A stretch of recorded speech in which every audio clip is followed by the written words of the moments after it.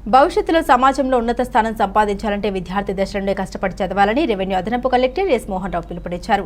జిల్లా సంక్షేమ శాఖ ఆధ్వర్యంలో బుధవారం సమీకృత జిల్లా అధికారుల కార్యాలయ భవన సముదాయంలోని సమావేశ మందిరంలో నిర్వహించిన జాతీయ బాలికల దినోత్సవం కార్యక్రమానికి ఆయన ముఖ్య అతిథిగా హాజరయ్యారు. ఈ సందర్భంగా ఆయన మాట్లాడుతూ తెలంగాణ రాష్ట్రంలో విద్యార్థులు చదువుకునేందుకు అన్ని రకాల సౌకర్యాలను కల్పించడం జరిగిందని, దేశంలో ఏ రాష్ట్రంలో లేని విధంగా ఇక్కడ సౌకర్యాలు ఉన్నాయని అన్నారు. 10వ తరగతి విద్యార్థులు ఇంగ్లీష్లో కనీసం 2000 పదాలకు నోటికి అర్థాలు తెలిసి ఉండాలని, ప్రతి ఒక్కరూ కనీస అవగాహన కలిగి ఉండాలని తెలిపారు. ప్రస్తుతం ఉన్నత స్థానాల్లో ఉన్న వారందరూ ఒకప్పుడు బాగా చదువుకోవడం ద్వారానే ఆ స్థాయికి వచ్చారని తెలిపారు. గవర్నమెంట్ సైడ్ ఉన్న ప్రోత్సాహం ఏ రాష్ట్రంలో కూడా లేదు దేశంలో. అది సో ఈ వెల్ఫేర్ యాక్టివిటీ అనేది మన దగ్గర ఉన్నంతగా ఎక్కడ కూడా దేశంలో మీరు చూడలేదు, ఎక్కడ లేవు కూడా. ఇప్పుడు చేయాల్సింది ఏంటి? స్టూడెంట్స్ మీరు చేయాల్సిందంతా చదవటం. అట్లాగే మీరు ఇప్పుడు పెద్దవాళ్ళుగా ఉన్న వాళ్ళందరినీ చూడండి, వాళ్ళ స్కూలింగ్ కానీ వాళ్ళ కష్టపడేదంతా కూడా స్టాండర్డ్ ఉండడం వల్లనే ఉన్నత స్థానానికి వచ్చారు. దాన్ని అంగీకరించారు, ఏం సానుభూతి ఉండదు.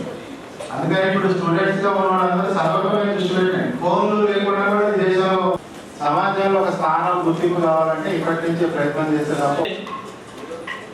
మహిళలు అలాగే బాలికలు చురుగ్గా ఉన్నారు అంటే ఈరోజు ఏ సందర్భంగా జిల్లా విద్యాశాఖ తరఫున మీకు అందరికీ తెలియజేస్తూ